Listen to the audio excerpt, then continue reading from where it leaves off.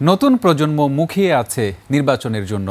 BNP তাদের অধিকার প্রতিষ্ঠায় নির্বাচন চায় বলে মন্তব্য করেছেন দলের চেয়ারপারসনের উপদেষ্টা মোয়াজ্জেম হোসেন আলাল।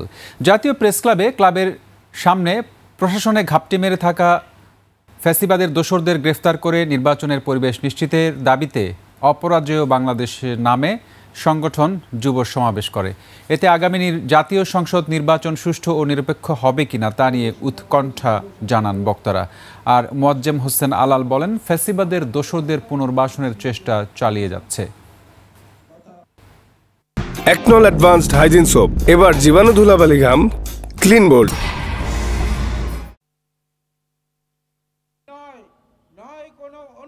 নির্বাচন হচ্ছে একটা গণতান্ত্রিক প্রক্রিয়া।